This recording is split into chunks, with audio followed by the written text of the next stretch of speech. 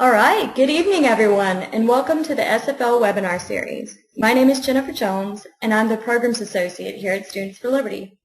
We are honored tonight to have Morgan Fox deliver a talk on marijuana policy reform, current momentum, and how to build support while teaching liberty. Before we begin though, I'd like to take a moment to introduce Students for Liberty and the webinar series. Students for Liberty is a 501c3 nonprofit organization run by students and for students dedicated to liberty. We were formed just about 5 years ago to serve a previously unfilled niche in our universities, connecting liberty-friendly students with other students, faculty, organizations, and resources to help them advance their ideas and applications of classical liberalism. The resources we offer include free books for student groups, handbooks on how to run a student organization, tabling kits, leadership training, an academic journal for liberty and society, and our conferences. The SFL webinar series is our way of giving you access to the ideas and mentorship in liberty year-round from wherever you are. We hold webinars each week to put you in touch with the top mentors and scholars for liberty in the country. For a full list, please visit our website, www.studentsforliberty.org. Tonight's webinar is with Morgan Fox. Morgan is the Communications Manager for the Marijuana Policy Project, the nation's largest marijuana policy reform organization. He began working to reform marijuana laws in college and has been working for MVP since 2008. While a firm proponent of personal freedom and autonomy for as long as he can remember, he is a relatively new recruit to the Liberty Movement. So please give him a warm welcome. Just to note, there will be about 10 to 15 minutes of question and answer at the end of the webinar. Feel free to type in the questions into the question box. For those who are interested, the webinar will be recorded and archived on our website within the next few weeks. We will be sending you more detailed information about Students for Liberty and our upcoming events and webinars in the follow-up email. Without further ado, I present to you Morgan Fox. Hi everybody, thanks to SFL for hosting this event. So just to tell you a little bit about the Marijuana Policy Project, as Jen mentioned, we are the nation's largest marijuana policy reform organization. We're a nonprofit operating out of Washington, D.C. with offices in several other states. And our primary purpose is lobbying, both at the state and federal level, primarily at the state, but I'll get into that later. And something that I noticed over the past year or so is that marijuana policy has really just taken off in both public discourse and in terms of actual legal changes. This is huge when you consider where this issue was just a few years ago. I remember an interesting anecdote that one of my old bosses told me about basically getting laughed off the phone when he was calling CNN to try to pitch a story, and that does not happen anymore. Marijuana is front and center in the public discourse right now, and I think that this presents us with an opportunity to not only create substantive policy change, but also to educate people about other ideas within the liberty movement that tend to go along with this issue. I don't know if any of you were at the International Students for Liberty conference, but Brink Lindsay gave a very interesting talk primarily focused on how civil liberties and economic liberties tend to go hand in hand. Now, trying to determine a causal relationship for those is like trying to find which came first, the chicken or the egg, but it does mean that it's important to try to work on both as a way to make progress in particular issue areas that you might be concerned about, whether they be in drug policy particularly, or larger civil liberties, or in economic liberties.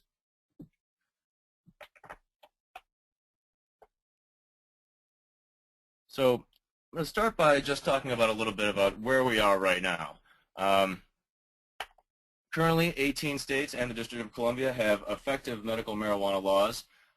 We define those as being ones that protect people from arrest, particularly patients and their caregivers, for marijuana possession, and that also provide some measure of safe access for medical marijuana to those patients. The first medical marijuana law was California in the mid-90s, and since then we've seen steady progress on that front, where we're seeing less and less of our most vulnerable citizens being arrested for their choice to use marijuana to treat their conditions. 15 states have removed threat of jail for minor possession. Some of those states might look a little bit surprising, but various different states have different ways that they've been able to decriminalize marijuana. Unfortunately, very few of them have actually worked on the market aspect of it. A lot of these states might have something where instead of getting a misdemeanor or a felony for possession of marijuana, they get a civil citation similar to a parking ticket or a traffic violation and a fine or some sort of mandated treatment.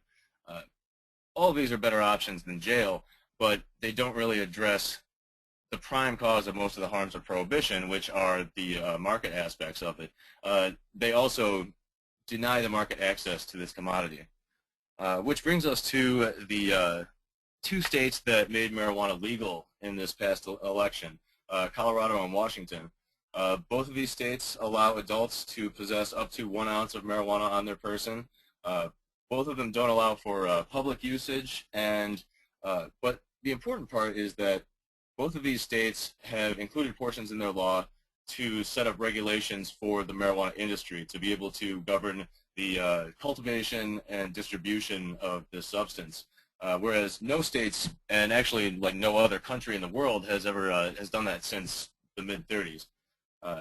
This is a sea change, and I think that it is going to really show people the potential of a regulated and legal marijuana market, as well as highlight all of the failures of marijuana prohibition. You know, we're starting to see more and more action on this level in various states to try to pass similar laws, which I'll get to in a moment. This is a map of, sorry about that, this is a map of various levels of marijuana enforcement and differences in marijuana policy throughout the country. As you can see, there's not a whole lot going on in the South and in large portions of the Midwest, but in the Northeast and on the West Coast, there has been a lot of action going on here. This really is almost a cultural effect more than anything else. What we found is that public education on this issue is severely lacking in a lot of our central and southern states. And you know, this is something that we're steadily working on, but also these provide us with a lot of opportunities. All right.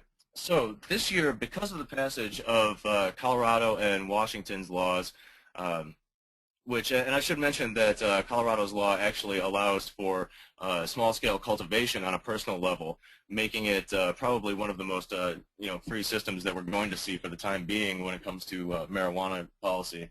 But just this year, we've seen 27 states pass some sort of reform bills of various types. And this is more than we've ever seen before. And when we start seeing actual lawmakers pass these bills, it means that public education is working, but it also means that we have another platform upon which to educate people about this. So we've got 17 states that are currently considering medical marijuana bills of some sort, and that's not including bills to alter existing medical marijuana programs. Some of these bills are better than others, and some of them stand a better chance of passing than others, but it looks as if this year we're going to see medical marijuana laws passed in Illinois and New Hampshire, and we actually just saw in Maryland a sort of medical marijuana light bill passed through the Senate today, and it looks like it's going to be signed by the governor very soon, that would allow for a very limited study program. This doesn't really protect patients from arrest on a large scale, and unfortunately it's a very relative baby step considering how much work we put into lobbying in Maryland in recent years, but for a number of reasons it's about the best we can get. Still, this is forward progress. We have 9 other states considering removing the threat of jail, and while not making marijuana legal, at least removing criminal penalties for it, with varying degrees of fines associated with that, and different programs in place to change the punishment if the person being caught with possession is a minor. But what I think is most important is that we've seen 9, and actually now 10, as of this morning, states considering making marijuana legal and taxed and regulated similarly to alcohol. This is what Colorado and Washington did, and a couple of years ago this would be unheard of. Traditionally, politicians have been very far behind the curve of public opinion on this issue. And this is something that we've been dealing with for years. And now finally people are starting to realize that they don't have to worry about their constituency getting mad with them to the point where they vote them out of office. What we're seeing is that people can actually use this issue to help further their political careers and help further their ideological goals. There's also a much broader tent being formed under marijuana policy at the state level, bringing in independents, Republicans, and Democrats to varying degrees depending on the state around this issue that everybody can sort of share in that this is something we have to change. Discuss more on that later. At the federal level, there are a number of bills being considered right now, and I think this is probably a good time to talk about the difference between efforts at the federal and state level. You know, a lot of times when people are talking about public policy, one of the biggest problems that we've seen when it comes to marijuana is that the federal government still considers marijuana to be a Schedule I narcotic with no accepted medical use, high potential for addiction, and it's basically public enemy number one to them. And unfortunately, they are still able to enforce federal law regardless of state law. And a lot of people think that this is something that we should be focusing on because if we get rid of federal prohibition, then states will be free to experiment with their own policies, and we'll have a little bit stronger sense of, you know, true federalism, at least on this particular issue. Unfortunately, what we've seen is that traction in Congress on this issue is far, far behind the states.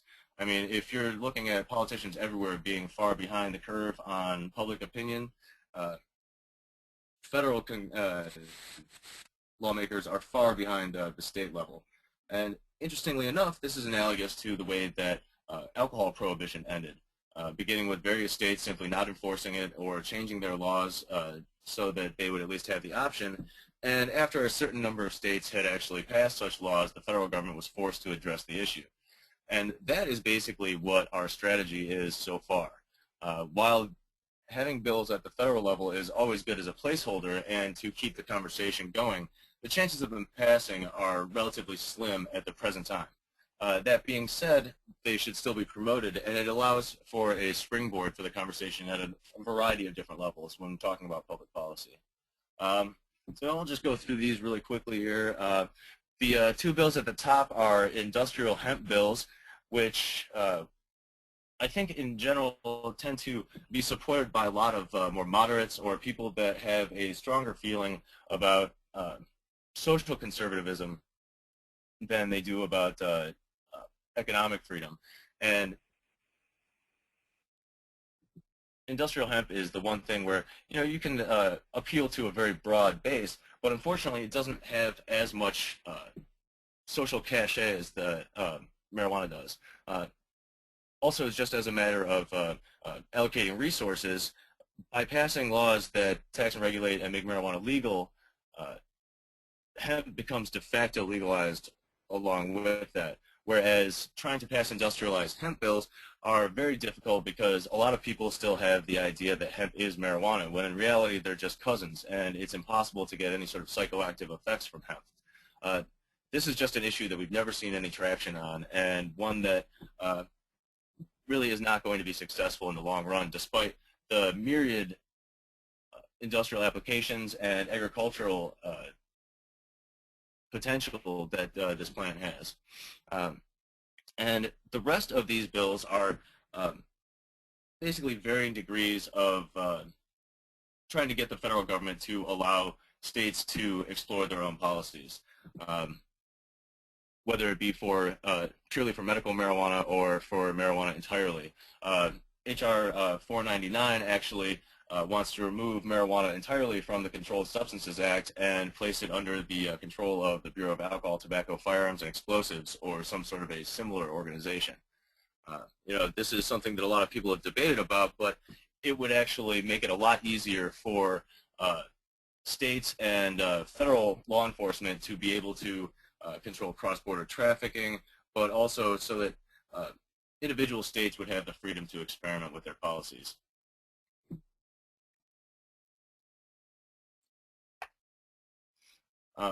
Now, when we're looking at the support for marijuana, it's important to realize that this issue is not about getting high. When we look at the number of marijuana users, there are an awful lot of them. We have 18.1 million regular users or past month users. 29.7 million people have used it in the past year, and 107.8 million people have used it during the course of their lifetimes. That's an awfully large percentage of the population, but relatively small compared to support for changing our marijuana laws, and that provides us with an opportunity, which I'll get into now.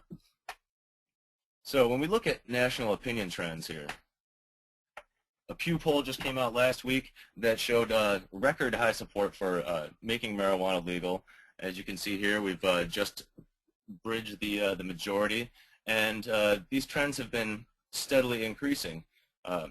It's interesting to note that along with the movement in these trends, there have also been increases in marijuana usage, but not nearly the same percentage of the population.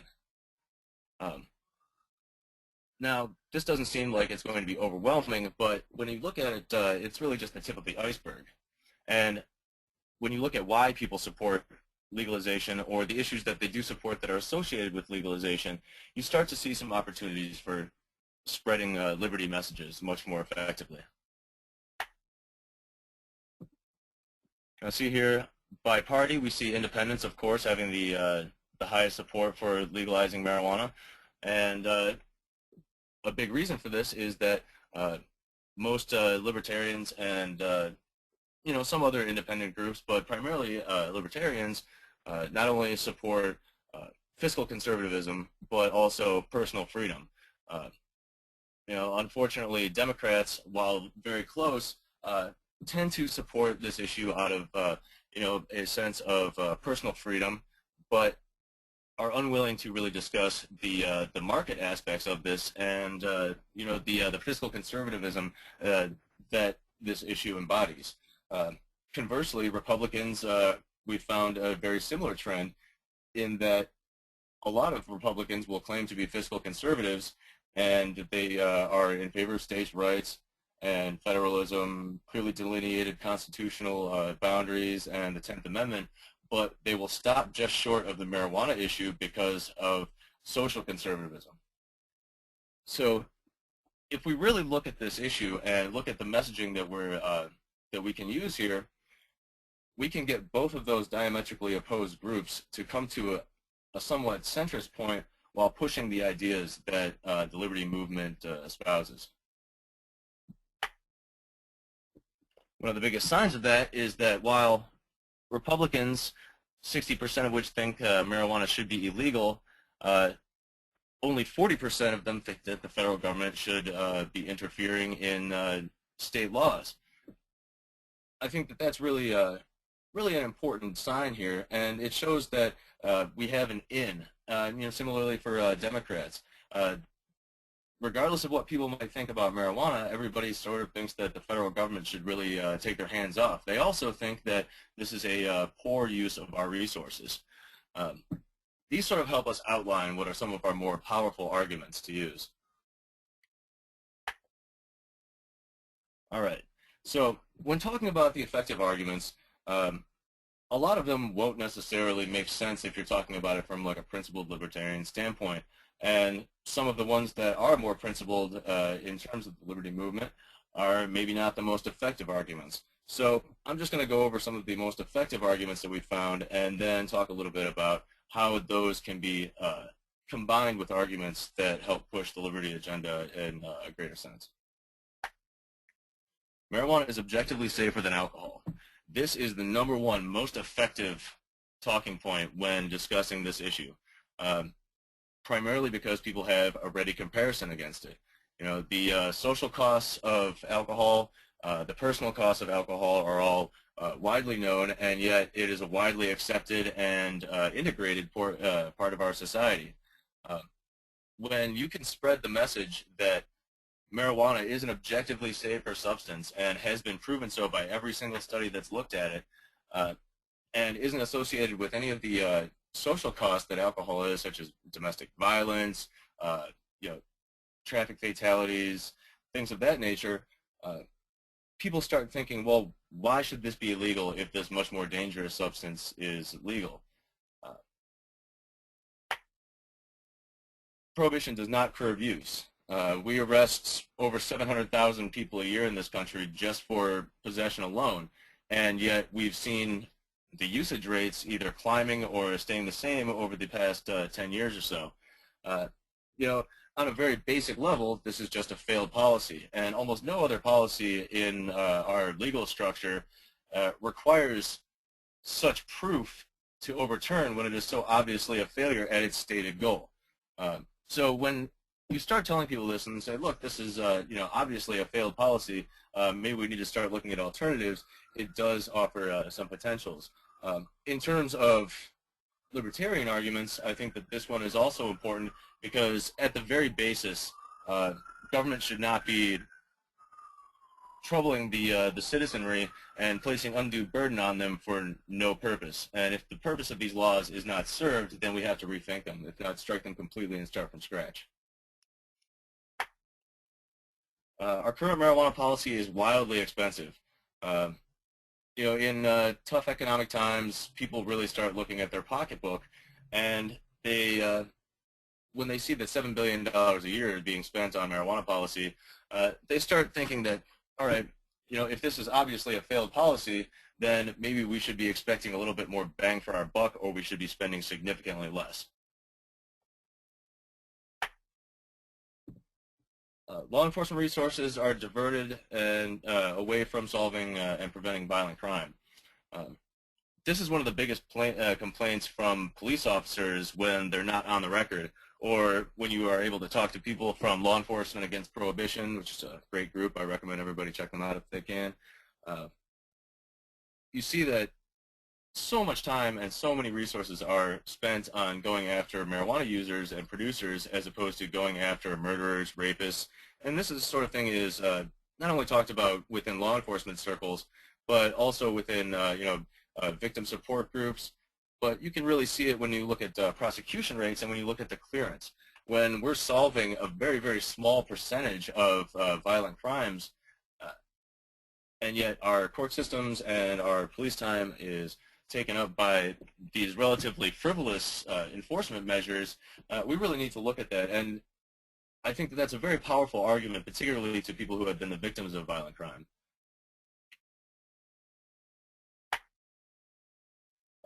Illicit market inflates price and enriches criminal organizations. This is basically what the Rand Corporation has estimated that this is probably about between a $30 and a $50 billion industry, depending on use, and it looks like it would only go up, considering that so many different industries and ancillary businesses are going to be growing around places that have taxed and regulated marijuana. But keeping it illegal is what keeps the prices so high, and is what allows violent criminal organizations such as Mexican cartels, who make roughly 30% of their income from marijuana sales in the U.S., it's what allows them to bribe public officials, to purchase assault weapons and military-grade equipment in bulk, and what allows them to basically operate unchecked at the cost of between 50 and 100,000 murders over the past 7 years, depending on whose estimates you look at. While this argument didn't used to be very effective, it has started becoming much more so as the death toll in Mexico becomes just impossible to ignore, and as these criminal organizations make further and further inroads in a physical sense into American cities. And there was an interesting article about that very recently, talking about cartels being in control of large portions of Chicago. And job creation and taxation. Again, when we get back to economic issues, this is something that is going to bend a lot of people's ears. A lot of people might not think that marijuana is a particularly great issue. They might not enjoy it. They might not think that it's necessarily good for society. But when they see this huge industry being controlled by criminals when it could be controlled by legitimate businesses and taxed, a lot of people's minds start to change, especially people who might have other political agendas. Now, in terms of using these arguments to spread the ideas of liberty. Unfortunately, the one talking point that I think is most core to the idea of true personal liberty is physical autonomy, being able to decide what you put into your body and what you don't put into your body, and not having anybody else be in charge of that. Unfortunately, this argument really doesn't pull a lot of weight. However, by talking about these issues, such as how marijuana is safer than alcohol, so that you should have the choice to use a safer substance, we can lead people into those conversations about physical autonomy. And I think that those are very important. Primarily, though, I think that the issue here is when we're talking about economic freedom. Now, this is sort of a difficult issue to discuss, especially from a libertarian standpoint. A lot of people, especially in the liberty movement, when they hear tax and regulate, alarm bells start going off. And this is understandable. But if you look at our current system of prohibition, it's actually the most stringent regulations and taxation you could possibly have. This is a market with the purest form of protectionism, where only criminals are allowed to take part in it, where there's a sin tax placed on even non-users in the forms of our paying taxes for marijuana prohibition law enforcement, and where the producers are taxed with jail time and bullets. So this really gives us an issue to not only talk about economic issues when it comes to public policy, in that we should have a regulated or a market that legitimate businesses are allowed to take part in, but it also allows us to sort of temper the message when we're talking about economic freedom. I know that a lot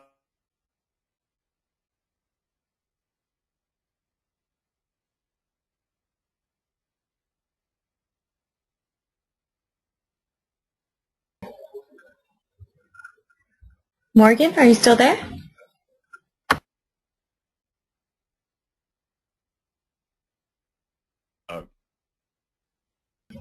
All right, we can hear you now. realistic regulations and taxation. It's one of the only issues where pushing for such actually results in greater economic freedom. And I think that it is an issue that will allow us to sort of make people not be so afraid of libertarian principles when it comes to the free market.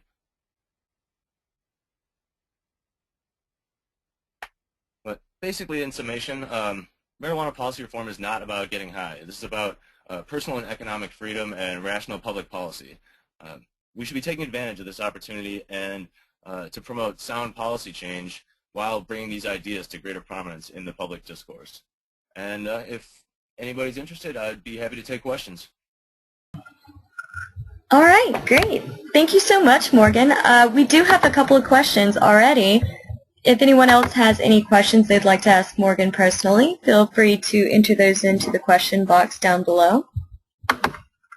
Let's see. Our first question is, how can students get more... Oh. Can you hear me, Morgan? Yes. Okay. All right, great. We have a question from someone that says, how can students get more involved with the Marijuana Policy Project? Well, since we're not a chapter-based organization, we're primarily lobbyists, there are a limited number of ways to get directly involved with the Marijuana Policy Project. However, whenever there are bills being heard at any state capitol or even on the federal level, we like to try to get students to give testimony for those things. And, a great way to do that is to just go to our webpage and then go into the find your individual state in the right-hand menu box, and you'll be able to contact one of our legislative analysts who can go over testimony with you, possibly promote your personal story, and let you know exactly what's going on so that you might be able to get more involved. Another great way is to push just local changes in policy at your university, in your local town, just tiny things like that. Even city council non-binding resolutions, changes in school policy. Another option is to get involved with local activists who, whenever we're working on ballot initiative campaigns, which is fairly often, and while we won't be doing too much in 2014, we're going to be working in many states in 2016, uh, simply because presidential elections always bring out more youth voters, and that demographic tends to skew much more heavily in favor of reforming marijuana laws. But if you can get involved with grassroots groups in your own state, there's a good chance that you'll be working almost directly with us at some point in the near future. And lastly, get in contact with Students for Sensible Drug Policy. Start a chapter at your school. If there's already one, join up. And they're an excellent organization, very student-based, and also wonderful at providing people with both experience and potential employment later on in a wide variety of social justice fields. All right, great. The next question is, who are the biggest opponents of marijuana legalization, and what are their arguments? Well, number one is law enforcement, simply because marijuana prohibition has been a de facto jobs program for them for decades. Individual law enforcement organizations at the local level and at the state level get large amounts of money and all sorts of newfangled military surplus toys for meeting certain quotas for marijuana busts. They get these through federal burn grants as well as through asset forfeiture, and I think that latter one is a very important issue when it comes to talking about libertarian ideals, because it is basically a slap in the face towards anybody that cares about property rights. And in many cases, the police are able to take your property and they don't even necessarily have to charge you with a crime. And it will be almost impossible to get your property back. In many cases, you'll be found innocent, and then your property will still be auctioned off. These stories just abound. And law enforcement has a vested financial interest in keeping that going. Other big winners in marijuana prohibition and losers from legalization are the drug testing industry. Both workplace and court mandated it's a huge industry, and many times under the guise of trying to be more lenient with marijuana penalties, states will pass laws mandating treatment or drug testing for probation or parole instead of jail. And these are basically just like money in the pocket of these companies. And interestingly enough, many of these companies are also run by or retain as PR specialists former DEA agents, and including several former DEA directors. Okay, great. I think, like, in terms of, what you're trying to get towards is from a market aspect, do like big pharma and big tobacco and big alcohol stand to lose from marijuana legalization? And while maybe the pharmaceutical companies do a little bit at first, I think that what we're going to see here is that these markets tend to equalize and find sort of a balance. There are a multitude of medical applications from both synthesized and isolated compounds found within cannabis, and especially in terms of alcohol and the other legal intoxicant. I think that what we're going to find is that instead of the big alcohol companies will probably get involved in marijuana production and sale at some point, but that's not going to crowd out the what would be analogous to microbrews in the marijuana market. All right. The next question is, what would you suggest that students in areas where marijuana policy hasn't made much in terms of ground that it's made, what would you suggest that those students do to increase the education on the topic?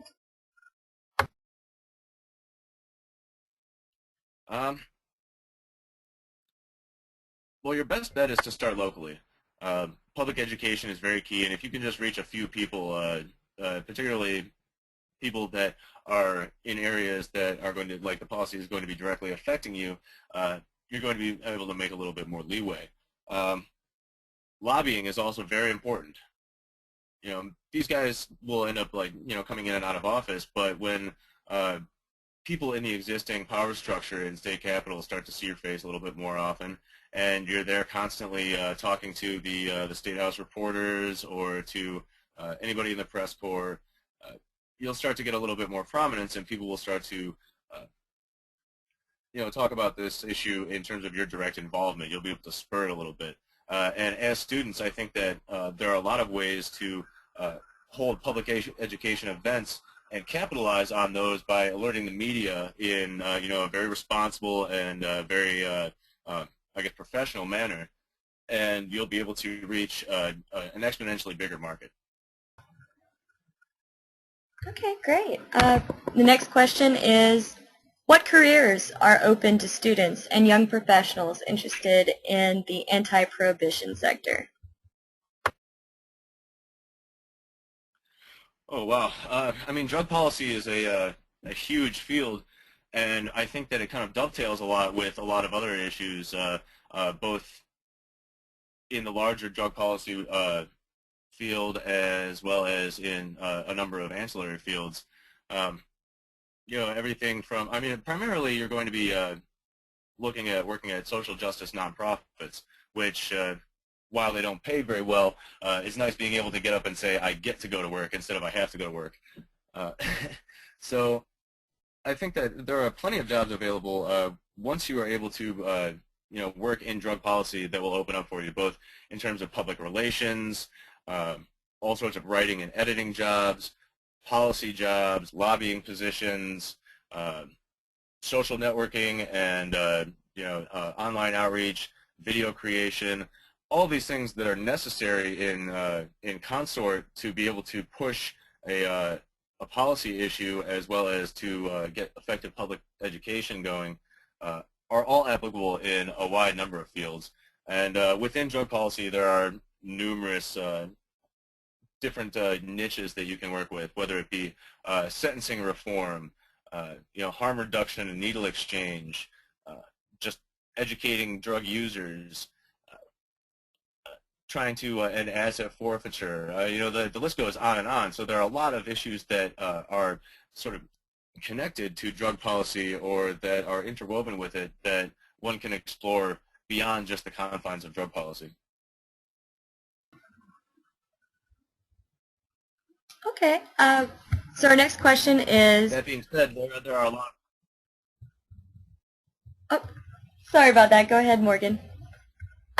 That being said, I think that particularly within, like as marijuana policy starts to change and the industry opens up a little bit, there are going to be just unbelievable economic opportunities for venture capitalism, agriculture, product placement and advertising, product design and development, delivery methods, all of the things that, even down to quality control testing and people that supply cultivators.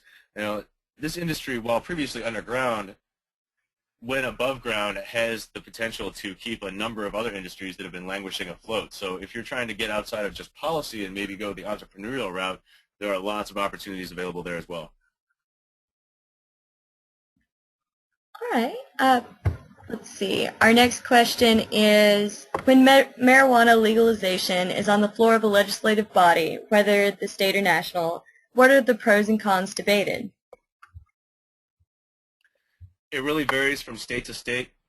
The biggest argument that we come up with or come up against these days are the effects on children, primarily because it's an effective argument for our opponents because it has an instant emotional aspect to it that becomes very hard to overcome. Even when you show people that marijuana decriminalization doesn't affect youth use rates, when you show them statistics from medical marijuana states showing that after the passage of medical marijuana laws, teen use actually goes down. We can show people that most teenagers for the last 30 years have found it easier to find marijuana than to find alcohol. It's just a difficult thing to fight against because, of the instant emotional factor to it.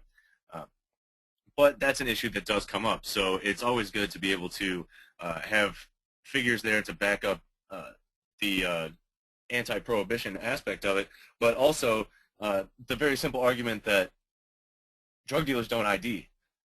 when you put this into a controlled and regulated market where people have incentives to follow the rules and to not sell marijuana to minors, you're going to have much better control. I mean, no system is perfect, and you're still going to have people's older brothers and sisters buying marijuana for them on the side, just like you do alcohol, but the rates will be much, much less, and it gets rid of the incentive for, high school dealers, basically. Public safety and traffic is another one that we come up against a lot. And while we definitely don't recommend that anybody drive intoxicated on anything, most states already have operating a motor vehicle while intoxicated laws, and that will cover basically any sort of drug, regardless of marijuana or not. The problem is that there's no real easy breathalyzer or chemical test in order to determine impairment, and the science just isn't there yet. So oftentimes we're forced to at least acquiesce to relatively unscientific standards because bills will be a lost cause without them. However, I think that, with reasonable driving controls, that's an issue that a lot of people can compromise on when it comes to lawmakers. All right, and our last question that we'll be taking tonight is, can we get the PowerPoint afterwards? Morgan, would you mind if we sent out your PowerPoint to all the participants this evening? Not at all. And all actually, right. you can find a lot more information if you just check out the website, but I'd be happy to send out the PowerPoint as well. All right, wonderful. Well, thank you so much, Morgan, and to all of our participants this evening. I hope you can all continue coming back to our webinars to learn more throughout the semester and next year, of course. This webinar is part of our Drug Policy Initiative program running throughout the month of April. Check out our Drug Policy Resource Kits, available for just a $10 shipping fee, on our website under the On the Ground Resources tab. Our next webinar on drug policy will be next Monday, April 15th, with Devin Tackles from Students for Sensible Drug Policy, who you got to hear Morgan mention in one of the questions. They're a wonderful organization as well. On Campus Drug War Activism 101, how to join the growing student movement in the drug war. Devin will be discussing how you can fight back against the failed war on drugs by taking action on your campus. By utilizing your student group's on-campus resources, you'll have the ability to both educate your campus and help play a role in overall drug policy reform. So, on a final note, shortly you'll be receiving a follow-up email where you will find more detailed information about Students for Liberty in our next webinar.